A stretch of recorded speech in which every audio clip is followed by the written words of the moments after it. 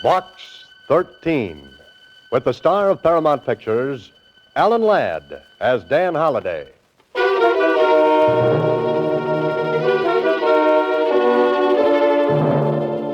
Box 13. Box 13. Box 13. Box 13. Box 13. He leaned over the shining halo of her blonde hair, reflected in the soft glow of the new moon. Oh, no, not that. Holliday, my boy, why did you ever decide to write fiction for a living? You know, you could have gone into something interesting, like being a truck driver, with the open road in front of you and a motorcycle cop in back. Hey, Susie, where have you been? Don't you remember, Mr. Holliday? I went down to Star Times office. Oh, so you did. Tell me, what's new in Box 13? Box 13, starring Alan Ladd as Dan Holliday.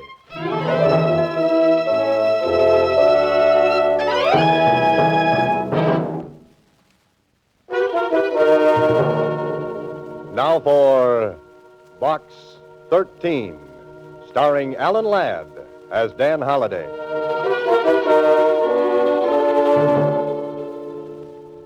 Well, what now, Mr. Holliday? What's new in Box 13? Yesterday, a man wanted to sell me a horse for $1,000 and a ranch to go around the horse for 25 times that much. The day before, my ad for adventure brought me a reply from a golf professional who simply wanted to drive golf balls off the tip of my nose. Mr. Holliday, Was that Susie?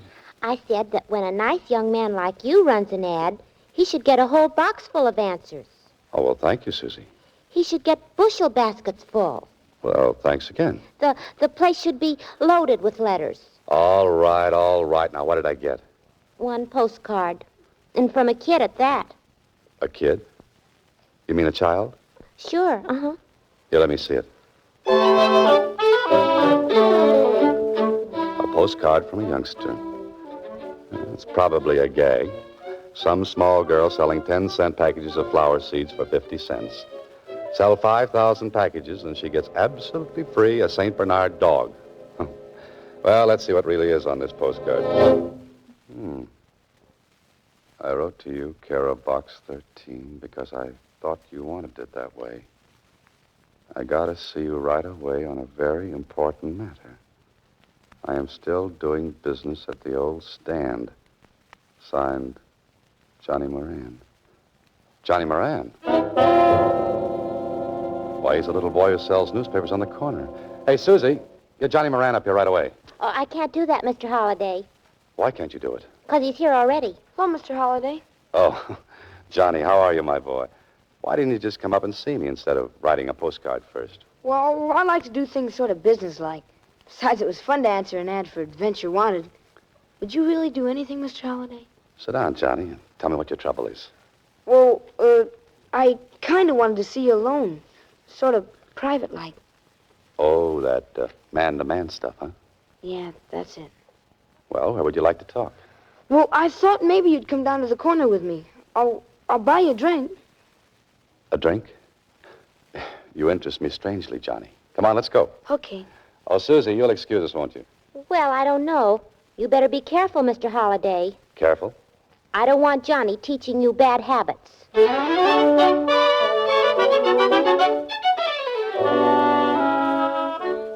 Johnny Moran is a very nice boy. Can't be more than 12, but he certainly seems to know his way around. Yes, Holliday, if you were ordering a small boy, this is just the model you would choose. But this drinking business... I'm worried about you, Mr. Holliday. You sure that lemon Coke is enough? Lemon Cokes are always enough for me, Johnny. Especially when I spike them with an ice cube. Say, how's your banana split? Well, this one's got a little too much chocolate. I like the last one better.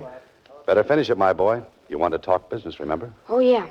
Well, I thought you might have read about it in the newspapers. Of course, you could have missed it. It was way back on page 5.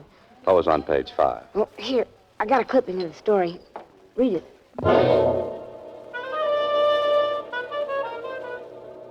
Police announced they had recovered a portion of the jewelry stolen in last Tuesday's raid on Maury Jewelry Company. Held under suspicion of grand theft is John Moran. John Moran. Johnny, that's your father. Yes, and he didn't do it, Mr. Holliday. I know he didn't. Just a second. A part of the loot was found in Moran's apartment. I don't care what they put in the newspapers, Mr. Holliday. He didn't do it. That's why I came to see you. What about your mother, Johnny? Oh, she died when I was a baby. Pop and I lived together. But he didn't do it, Mr. Holliday. Only they won't believe me. Oh, you've been down to the police? Sure, I went there right away. I even offered them my $18 for bail. And you know what? What? The old DA just patted me on the head and told me to go home.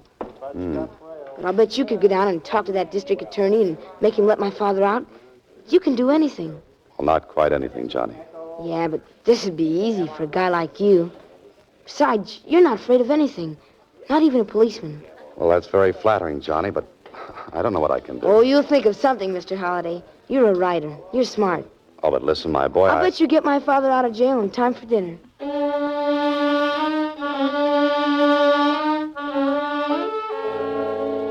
Okay, Holiday. The boy says you can get his father out of jail in time for dinner. But what day? The story in the paper makes it look like they caught John Moran cold. You don't find stolen jewelry in a man's apartment if he didn't do the stealing. But there's a small boy waiting with all the faith in the world. So, Holiday, do something. The district attorney will see you now, Mr. Holliday. Oh, thanks. Holiday. Haven't seen you for a long time. Yeah, I know. I've been pretty busy. Huh, busy, huh? Well, then what brings a promising young author down to City Hall? Because he's a promising young author who made a promise. And I hope he didn't make a mistake. Hey, what in the world are you talking about? About a man named John Moran. You've got him locked up in your nice new jail. Yes, and from what we've got on him, he's going to stay there for a while. His son thinks Moran is innocent, Clark. Yeah. I feel sorry for that boy. He came down and talked to me, but what could I do for him? You've got the goods on Moran, then. Absolutely. The police found some of the stolen stuff in his apartment. Well, what's Moran's story? A woman who works in the same building with Moran asked him to stop in at the jewelry store and pick up her watch. While he was there, this stick-up artist walked in and held up the place. And that makes Moran guilty? Don't be in a hurry. The stick-up artist used him as a shield when he beat it. Moran claims the man forced him to drive the getaway car out into the country. Well, that still doesn't make him guilty. I think you've got the wrong person. This is where Moran's story went wrong. He walked into police headquarters and told it, but it sounded too good to be true. They detained him while a detective went over and searched his apartment. Oh? The detective found part of the loot. Moran couldn't explain where it came from. Well, to our office, it looks like he pulled a clever gag. We think he's in with the hold-up men. What about the woman, the one who sent Moran after the watch? Grace Willard? Oh, we don't have a thing on her. She's in the clear. I see. So, Holiday, you better forget about playing Don Quixote. Day of fighting windmills is over. Go home. Forget about Johnny Moran. Sure, Holiday. Just forget all about John Moran. Write Finita the story and take it out of the typewriter. But how are you going to write the dialogue for a man who has to tell a small boy that his father hasn't got a chance? And describe the look in that boy's eyes. I don't care what that old district attorney said. My father isn't a crook. And your father should have been able to explain the stolen jewelry they found at your place. I'll bet he could, too. They just wouldn't listen to him. Oh, now, Johnny, if your father's innocent, they'll let him go. So you won't help me either. But I'm trying, my boy. What else can I do? Oh, nothing, I guess. See you later, Mr. Holliday. Oh, Johnny, listen to me. I'm kind of busy right now. I gotta earn a lot of dough, I guess. Johnny. Because lawyers come pretty expensive, I heard. Oh, look, kid. You better go home, Mr. Holliday. I should have handled it personally in the first place.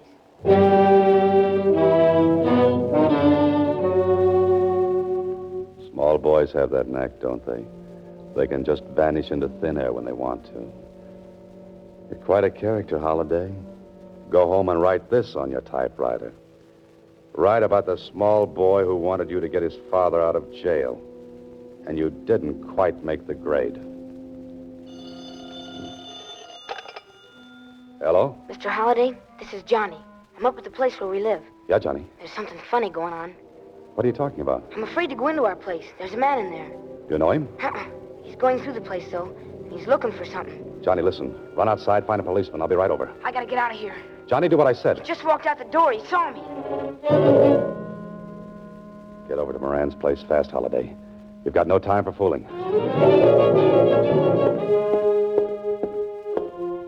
He's not outside. Maybe he's upstairs. Oh, Johnny! Johnny! Where could that boy have gone to?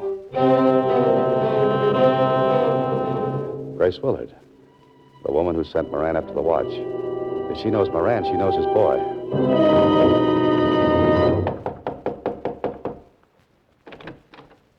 Yes? Oh, Miss Willard? Yes. Well, I'm Dan Holliday. Would you know where little Johnny Moran is? Come in. Now, what's this about Johnny? Well, he phoned me a few minutes ago from his place. There was a man going through it.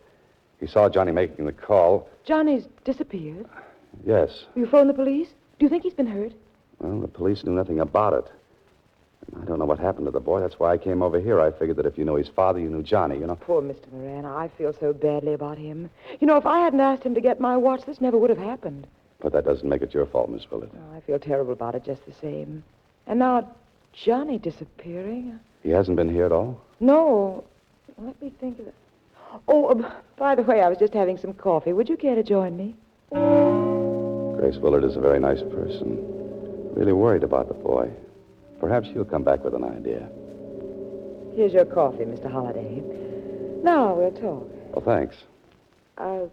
Did Johnny recognize the man? No, he didn't have time to say. Well, perhaps he found a policeman on the street. He might have gone back to the house. Well, maybe I ought to call back.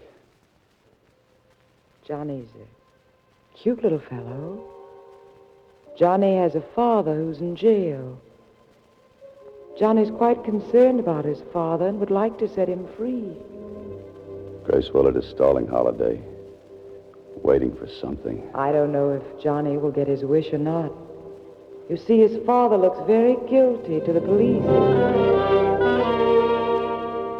Holiday, you idiot. That coffee was doped. The oldest gag in the world, and you swallowed it. You look sleepy, Mr. Holliday. Are you feeling all right?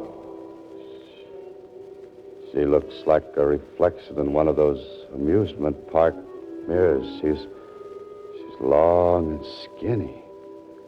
No, she's short and fat. Holiday, get up on your feet. How do you feel, Mr. Holliday? Are you all right? Answer me. Get on your feet, I said. Walk, Holiday. Walk. Walk this thing off before it's too late. You look very tired, Mr. Holliday. Let me get you a pillow.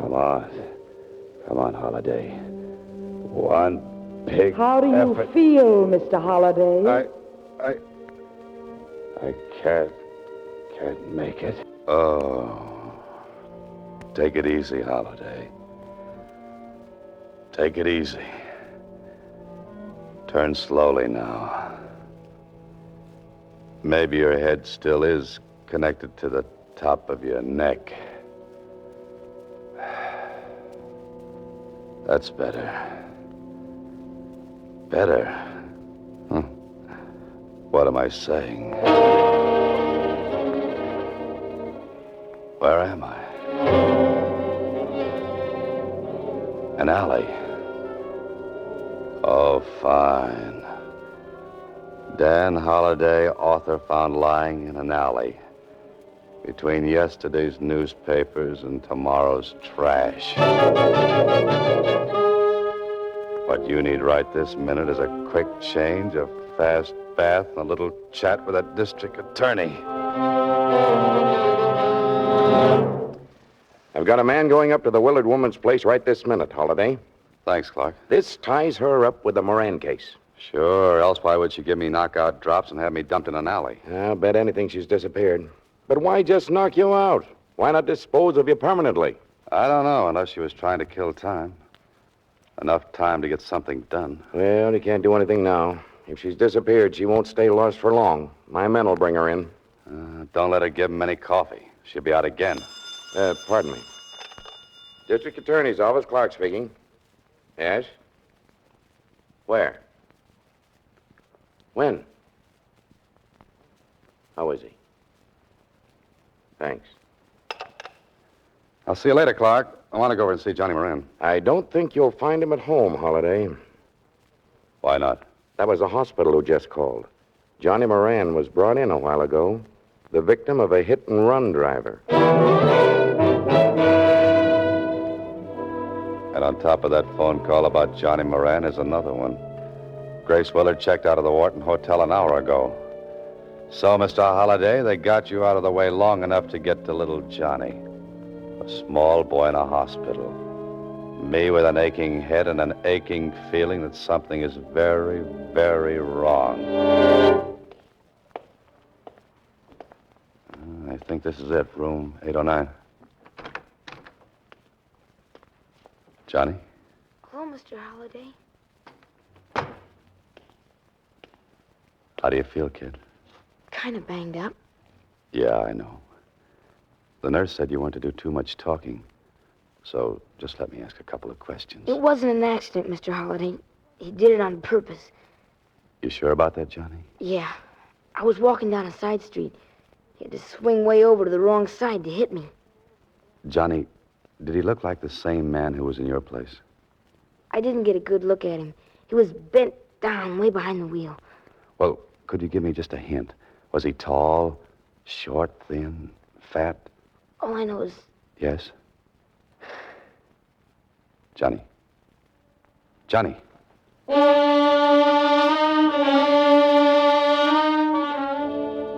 Johnny passed out and won't be permitted to talk for a while. Well, that puts it up to you, Holliday. Come on, you're an author. You write hundreds of situations like this one.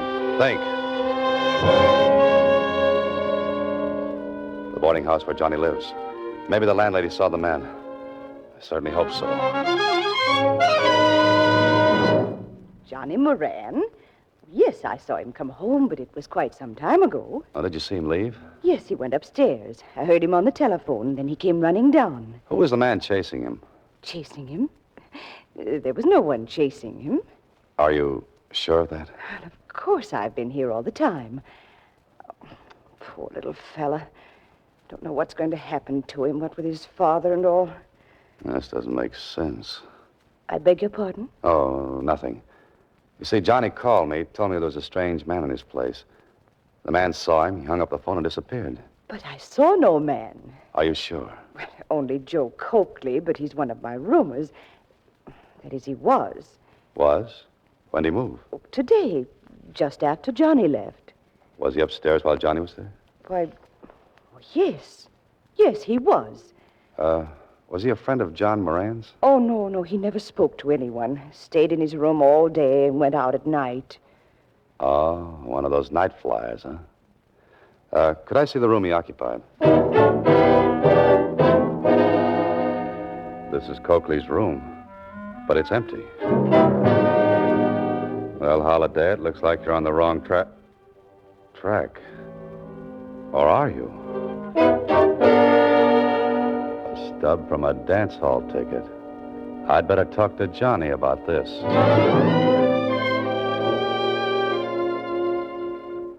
Johnny, the man who came out of your room, was he about my height?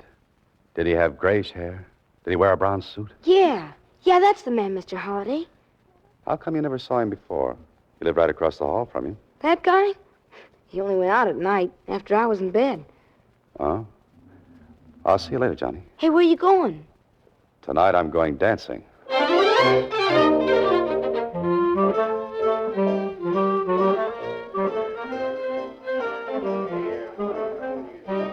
This is a very nice place, Holliday. Admission 60 cents, which includes an evening of dancing. And from the looks of the customers, they're trying to get their money's worth. Like to dance, fella? Who, me? You ain't not twins, are you? No, I'm sorry. I'm afraid I'm a very bad dancer. Oh, you let me be the judge of that. Come on, kid. You look good to me. Oh, wait a second. Say, isn't that Joe Coakley over there? Oh, you know Joe? Yeah, and the girl with him. That's his girlfriend, Grace Willard. Oh, thanks. I'll see you later. Hey, where you going? This is it, Holiday. Only what are you going to do? They're leaving, and if you stop to make a phone call, you'll lose them. And I wouldn't like to lose that man. He's the one who hits small boys with big automobiles. They're going into that apartment house. This begins to look like the final chapter. Now to make a fast telephone call to an old friend, then better to get to the payoff.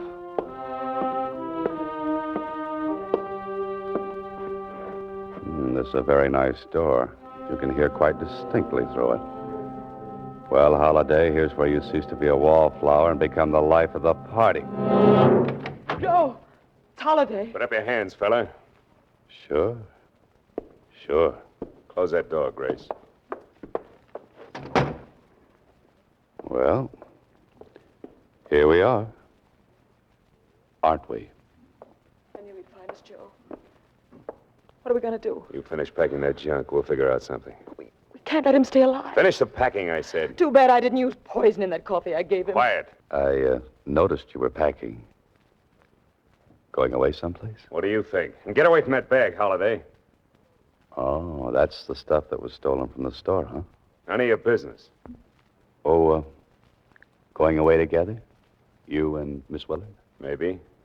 Mm-hmm. You pull that go down and pick up my watch routine in a lot of cities, huh, Joe? Make him be quiet, Joe. Hey, Joe, who was the girl who worked with you before you met Grace? You know, the one who lived in Cleveland, or was it Chicago? I always forget. Come on, Joe. What happened to her? Shut up, you. What happened to her, Joe? Or the girl before? How do you know there was another girl, Holiday? Well, Miss Willard, you don't think you're the only one, do you? You're crazy. Yeah? Ask him where he was last night. Don't pay any attention to him, Grace. He wasn't with you. Know where he was? How do you know he wasn't with me? The stub of a dance hall ticket I found in the other room. It calls for only one admission. You shut up, I said. Just a minute, Joe. Were you down there last night? Were you dancing with that blonde again? Suppose I was. So what? You've got a lot of nerve. You had me set up this whole deal. Had me find John Moran to play sucker for us. Had me frame the business of picking up my watch. I timed it out perfect for you. What do? You go dancing with a blonde. Grace, be quiet. This fella's up to something. Me? Now, what would I be up to? What about that other girl he talked about? What happened to her, Joe? Why don't you tell her, Joe? Cut it out, will you? Did she plant stolen jewelry in a sucker's room like I did to Moran? Grace, listen. Yeah. I'm listening. Go on, explain. Holiday, where are you going? Just opening the door.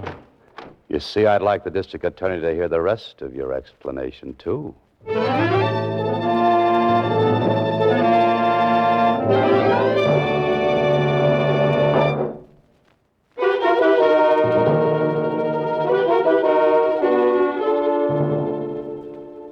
Well, this is the last chapter to a story I was afraid might have an unhappy ending. But Johnny Moran's father is free. The district attorney has Grace Willard. Joe Coakley and the stolen jewelry. And Johnny? Johnny is out of the hospital. Mr. Holliday, What did you say, Johnny? I said you might have been killed going up to the apartment like that. No, I was safe for the DA just outside the door. Gosh, and you figured it all out by yourself. No, you helped, too, when you telephoned me. And I hate to mention this, kid, but did you bring the $18 with you? Sure I did. I pay off, you know. Here. Oh, thanks, kid. I was just a little worried. I was going to pay before Mr. Holliday, but I didn't think he needed money that bad. I needed it to put with this check. Here. There was a $500 reward for recovering the jewelry, and it's going to a bank account for you. $500? Gee, gosh, I guess I'm rich. Johnny, what are you going to do with all that money? Well, the first thing I'm going to do is take you out and buy you a drink. How about an Idiot's Delight? A what? Idiot's Delight.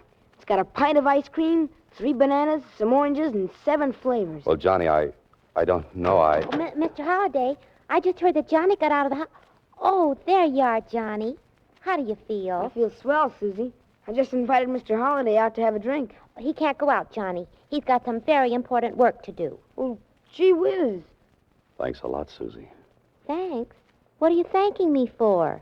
You don't know it, but you just saved me from a horrible fate. Next week, same time, Alan Ladd stars as Dan Holliday in Box 13.